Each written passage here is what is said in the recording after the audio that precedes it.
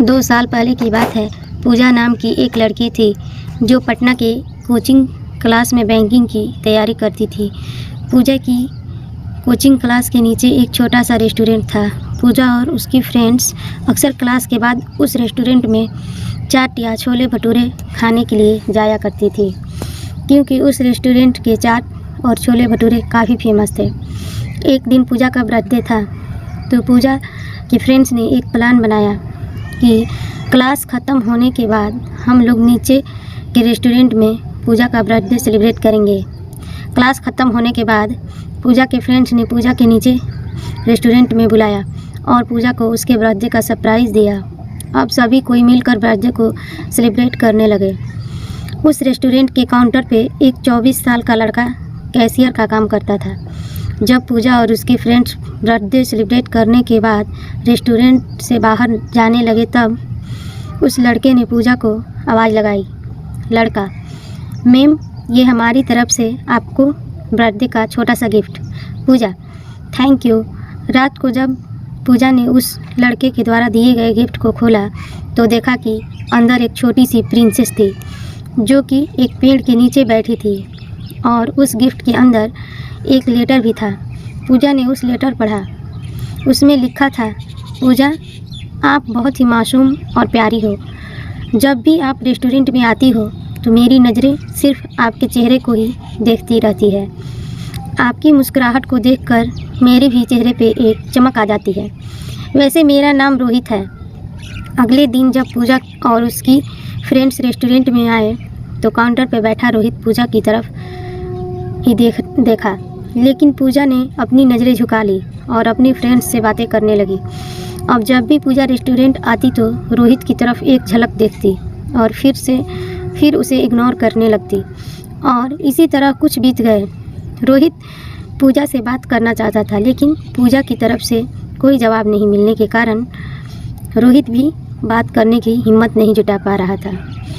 एक दिन जब क्लास के बाद पूजा रेस्टोरेंट आती है तो देखती है कि काउंटर पे रोहित की जगह कोई दूसरा लड़का बैठा है। पूजा सोचती है कि शायद रोहित का तबीयत खराब होगा, इसलिए वह आज काम पे नहीं आया।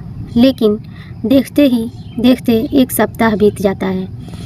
अब पूजा थोड़ी परेशान होने लगती है और काउंटर पे जाके पूछती है कि जो रोहित नाम का लड़का यहाँ पे काम करता था वो अभी कहाँ है? उसने काम छोड़ दिया क्या? काउंटर पे बैठा लड़का पूजा को कहता है कि नहीं, रोहित भैया ने काम नहीं छोड़ा, मालिक ने उन्हें मार्केट वाले रेस्टोरेंट पे भेज दिया है। अगले दिन पूजा उस मार्केट वाले रेस्टोरेंट पे जाती है तो रोहित को देखकर उसके चेहरे पे एक मुस्कान दिखने लगती है। रोहित पूजा को देखकर तुरंत काउंटर से बाहर आता है और कहता है, मैम, आप कहाँ पे? और आपके फ्रेंड्स नहीं आए? पूजा: नहीं, बात ऐसी है कि मैं कुछ काम से मार्केट आई थी और मुझे थोड़ी भूख भी लगी थी तो मैं यहाँ आ गई। रोहित: अच्छा किया मैम, आप बैठो, मैं आपके लिए कुछ लेकर आता हूँ। पूजा: आपका नाम रोहित है ना? रोहित: हाँ। पूजा: मुझे आपसे कुछ बातें करनी है। क्या आप कल मुझसे क्लास के बाद मिलने आ सकते हो? रोहित: ठीक है मैम, कल मैं क्लास के बाद आपसे मिलूँगा। क्लास ख़त्म होने के बाद दोनों मिलते हैं। पूजा रोहित से कहती है कि देखो, आप मुझे अच्छे लगते हो, लेकिन मैं इस प्यार में नहीं पड़ना चाहती। मुझे अपनी पढ़ाई और कैरियर को देखना है।